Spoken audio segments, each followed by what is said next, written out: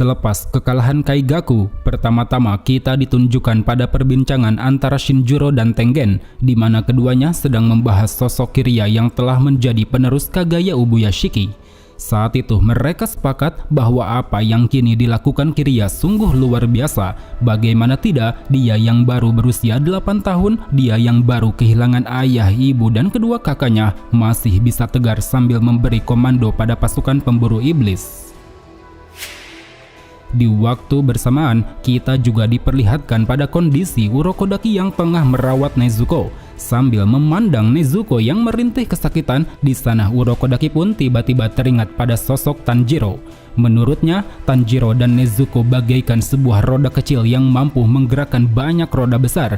Atau dengan kata lain, dengan keberadaan Tanjiro dan Nezuko lah saat ini pasukan pemburu iblis menjadi lebih bertekad untuk memenangkan pertempuran besar melawan para iblis.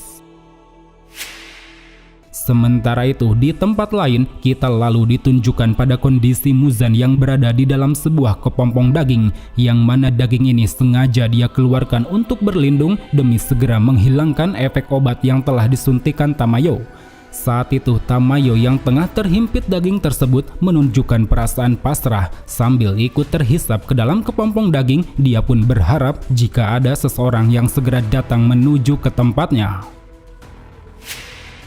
Dan kini di tempat lain, kita akhirnya diperlihatkan pada Tanjiro bersama Giyu, di mana saat itu mereka berdua tengah berlari dengan cepat menuju ke tempat Muzan.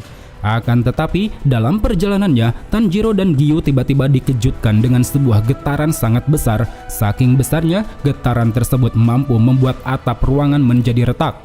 Entah apa yang sedang terjadi, tapi melalui penciuman tajam Tanjiro, dia merasakan ada sesuatu yang tidak beres. Dan benar saja, dari arah atap ruangan muncul sosok iblis bulan atas peringkat 3 bernama Akaza. Sambil tersenyum seolah meremehkan, di sana Akaza pun berkata bahwa dirinya cukup terkejut jika orang lemah seperti Tanjiro masih hidup sampai sekarang. Tanpa mempedulikan hinaan tersebut, melihat Akaza muncul di hadapannya, lantas membuat Tanjiro seketika murka. Dia yang masih teringat akan kematian Rengoku segera menyerang Akaza menggunakan 2 teknik pernafasan matahari.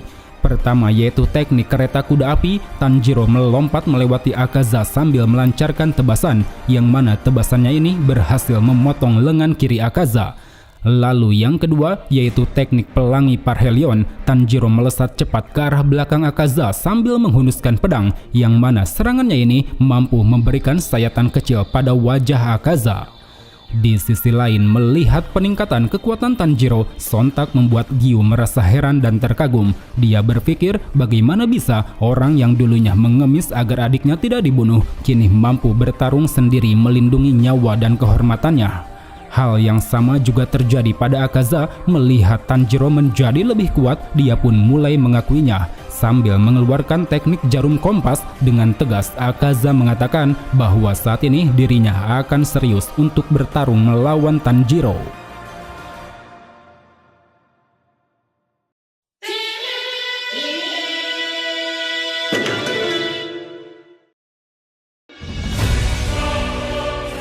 Merasa teknik yang hendak digunakan Akaza berbahaya, saat itu mau tidak mau Giyu harus membantu Tanjiro di dalam pertarungan.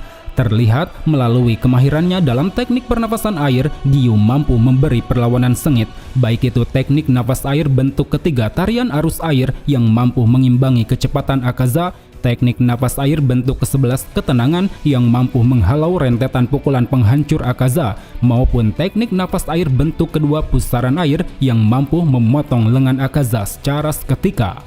Namun kendati demikian, sebagai iblis bulan atas peringkat 3, Akaza rupanya memiliki kekuatan yang sungguh luar biasa. Dia mampu meregenerasi tangan yang terputus dengan sangat cepat, menendang Tanjiro hingga membuatnya mengucurkan darah. Bahkan pada akhirnya dengan melepaskan teknik bernama aliran kilatan cahaya, dia pun berhasil menendang Giyu hingga terhempas menembus dinding bangunan. Dari sini, seakan ingin segera mengakhiri pertarungan, Akaza lalu menyerang Tanjiro dengan satu teknik kuat bernama 2 lapis sumbu iblis. Namun sayang, serangan kuat yang menghasilkan gelombang kejut tersebut rupanya berhasil ditahan Tanjiro menggunakan teknik tarian Dewa Api Matahari Pembakar Tulang.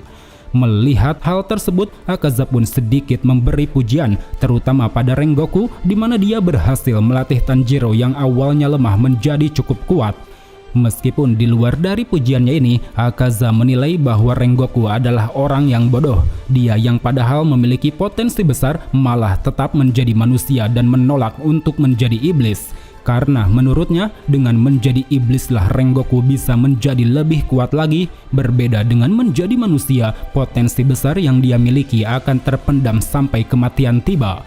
Maka tidak heran jika waktu dulu saat bertarung melawan dirinya, Rengoku harus mati sia-sia sesuai dengan hukum alam yang berlaku bahwa yang lebih kuat akan selalu memangsa yang lebih lemah.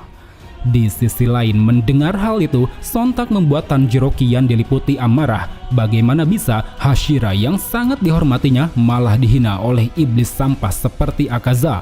Terlebih lagi, pandangan hukum alam yang dilontarkan Akaza menurutnya salah, karena baginya hukum alam yang benar bukan orang kuat memangsa yang lemah, melainkan orang kuat melindungi yang lemah. Ketika seorang bayi lahir ke dunia, maka harus ada seseorang yang melindunginya, dan ketika bayi tersebut tumbuh dewasa, maka dialah yang harus menjadi pelindung bagi bayi yang terlahir di masa depan.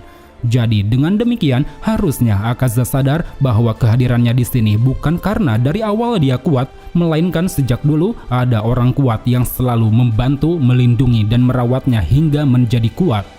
Di sisi lain, Akaza yang mendengarnya tiba-tiba sedikit tersentak.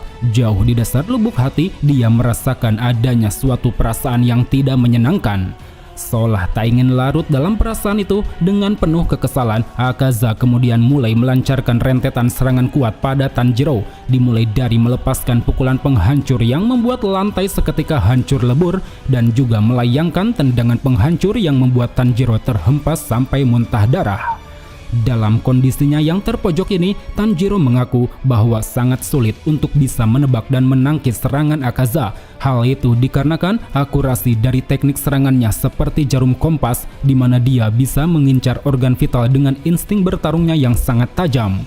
Karena itulah sambil memikirkan bagaimana cara mengalahkannya, Tanjiro terus berupaya untuk memberikan perlawanan. Mau itu melancarkan aksi tebasan, sundulan maupun tendangan, semuanya terus dia kerahkan walau Akaza mampu menahan semua usahanya. Hingga di saat Tanjiro berada dalam situasi sulit, secara tak terduga Gyu kembali muncul sembari memotong lengan Akaza. Dengan menunjukkan ekspresi yang penuh percaya diri, di sana Gyu pun mengatakan bahwa saat ini dirinya tengah berada di puncak amarah.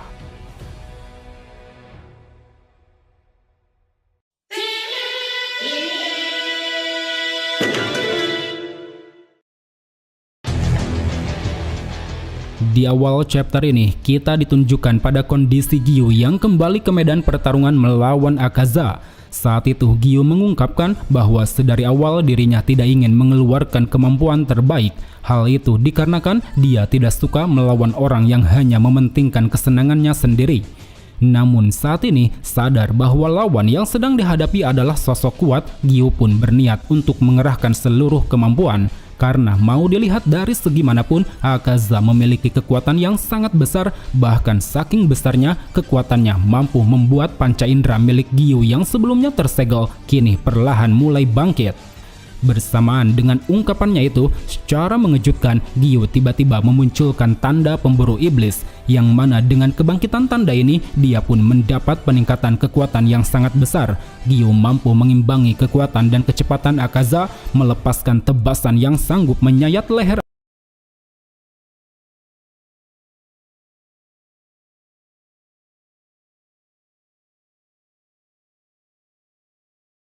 Selama pertarungan berjalan, stamina Gyu perlahan semakin terkuras. Berbeda dengan Akaza, dia semakin menjadi-jadi dengan melancarkan berbagai aksi pukulan dan tendangan yang memiliki efek gelombang kejut.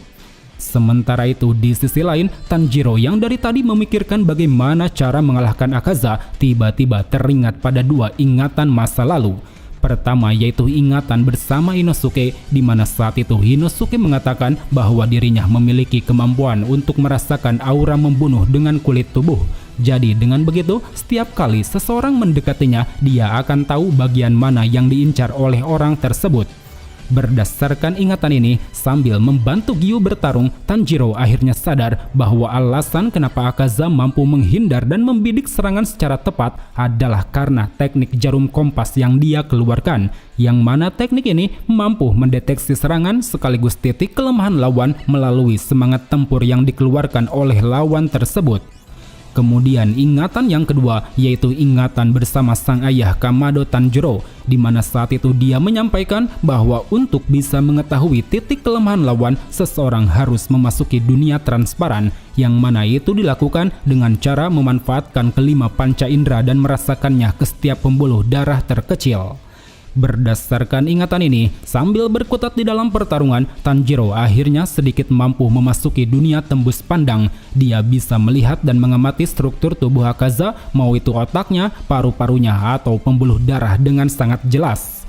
Seolah ingin memaksimalkan penglihatan dan pengetahuannya tentang teknik jarum kompas, saat itu Tanjiro berusaha fokus mengamati jalannya pertarungan Gyu dan Akaza. Sementara Gyu yang saat itu sudah mencapai ambang batas kekuatan tanpa bisa melawan terus dicecar habis-habisan. Bahkan melalui satu pukulan Akaza dari arah samping membuat pedang Gyu pun seketika patah menjadi dua. Hingga di saat Gyu hendak dihabisi, secara tiba-tiba sebuah tebasan muncul dan langsung memotong lengan Akaza. Terlihat saat itu disertai tanda pemburu iblis yang kian melebar, Tanjiro berhasil memberi serangan kejut tanpa Akaza sadari. Merasa ada yang berubah pada diri Tanjiro, Akaza pun mau tidak mau harus segera mengerahkan satu teknik mematikan. Dengan cara memperluas area jarum kompas, dia pun mulai melancarkan pukulan gelombang kejut secara bertubi-tubi. Dalam gempurannya, Tanjiro sama sekali tidak bergeming, dia terus fokus mengamati setiap pergerakan dan serangan Akaza, yang mana dari sanalah Tanjiro akhirnya mampu memasuki dunia tembus pandang secara penuh. Dia merasa bahwa waktu berjalan sangat lambat sehingga membuatnya pun bisa membaca setiap pergerakan cepat Akaza. Dan kini dengan diliputi noda darah di sekujur tubuh, Tanjiro kemudian bersiap untuk memenggal kepala Akaza. Dengan cara meniadakan semangat tempur, dia mampu mendekati Akaza sekaligus menghindari serangannya, dan dengan memperkuat penglihatan dunia tembus pandang, dia pun berhasil memenggal kepala Akaza menggunakan teknik tarian Dewa Api Matahari Terbenam.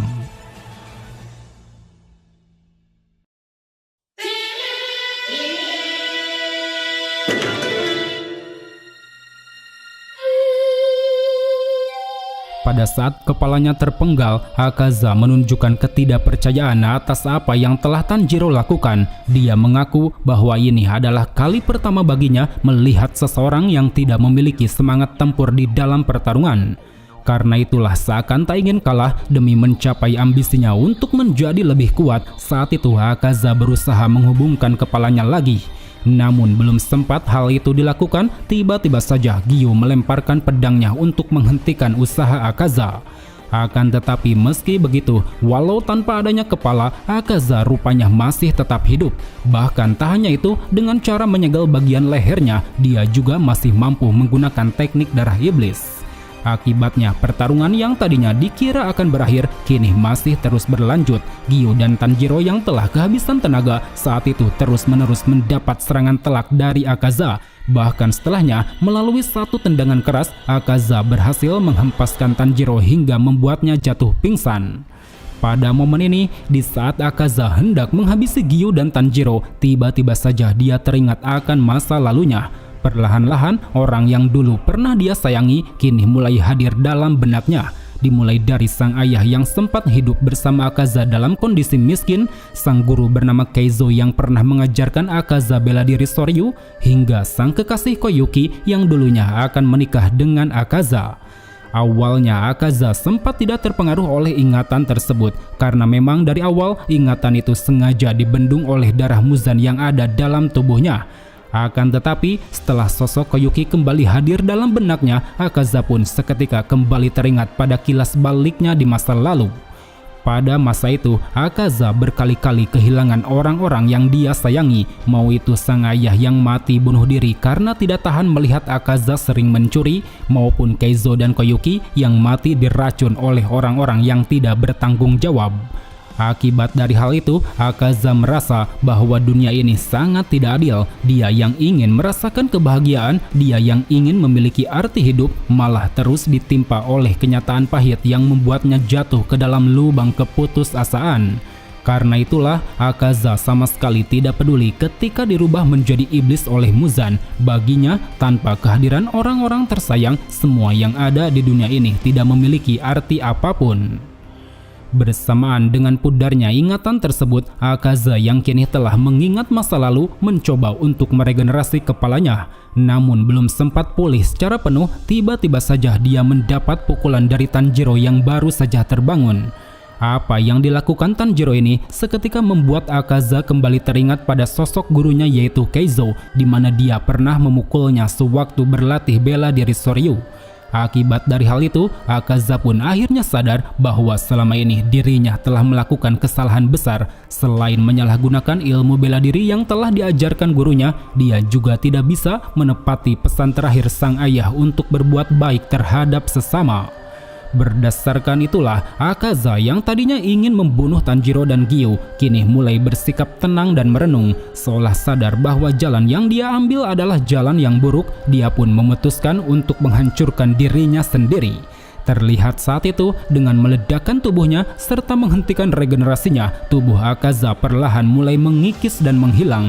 Di sela-sela kepergiannya, dia terlihat tersenyum ke arah Tanjiro, seakan menunjukkan bahwa dirinya telah menemukan kedamaian sejatinya.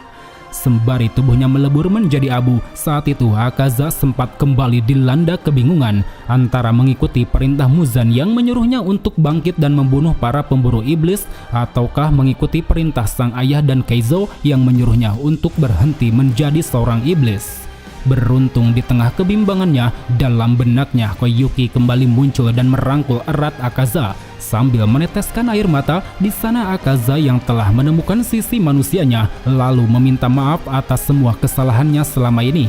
Mau itu kesalahannya yang tidak bisa melindungi Koyuki maupun kesalahannya yang telah menjadi seorang iblis.